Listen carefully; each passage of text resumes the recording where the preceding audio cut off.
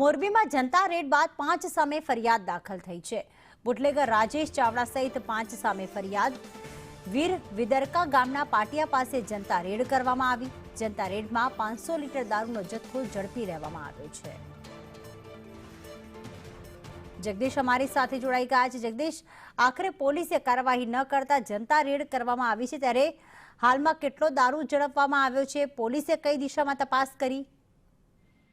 જી પ્રીતિ, ચોક્કસની વાત કરવામાં આવે તો મોરબી જિલ્લામાં દેશી દારૂ વેચતા હોય અને પોલીસ અવારનવાર તંત્રને અને ગ્રામજનો દ્વારા રજૂઆત કરવામાં આવતી હોય છે, પરંતુ પોલીસ નાકામીના પગલે આખરે જનતાએ અરીસો પોલીસને બતાવ્યો છે કે અહીંયા દારૂ વેચાય છે અને આ રીતનો દારૂ છે, એટલે જનતા રેડ કરવામાં આવી છે। જે પ્રકારે વાત કરવામાં આવે તો વીરવદરકા ગામ પાસે વાહનોની આડસ મૂકી અને સ્કોર્પિયો જે દેશી દારૂ ભરીને જતો હતો તેમને રોકી અને તેમાં 150 લીટર દેશી દારૂ સાથે 3 થી 4 શખ્સો જેટલા ભાગી ગયા હતા।